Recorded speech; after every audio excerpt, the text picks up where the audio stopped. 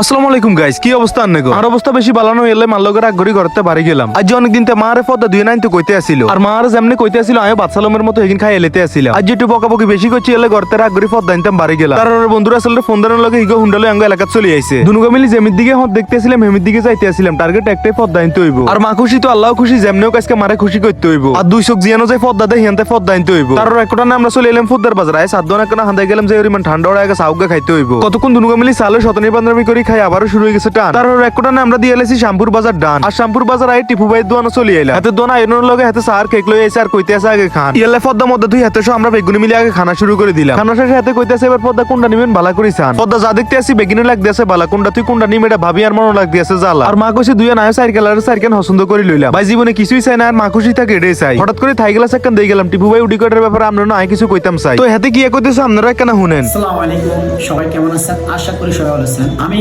বলতেছি রামগঞ্জ থানা শ্যামপুর মেয়ার বাজার। এখানে আমার দোকান আছে টিপু থাইগেলাস। এখানে আমাদের দোকানে বিভিন্ন প্রকারের ডিজাইনের থাই জগতের যত ধরনের ডিজাইনের কাজ আছে আমার দোকানে কাজ করা হয়। আপনাদের আমাদের নোয়াখালী জেলা, লক্ষ্মীপুর জেলার যে কোনো জেলার ভিতরে থাই জগতের কাজ আছে। আমি দীর্ঘ বিদেশে 15 বছর এই লাইনে আমি কাজ করি। আমার এই লাইনে কাজের অনেক অভিজ্ঞতা। আপনাদের কোনো লোক যদি প্রয়োজন হয় অবশ্যই আমার ফেসবুক নম্বর দেওয়া থাকবো, আপনারা আমার সাথে যোগাযোগ করবেন।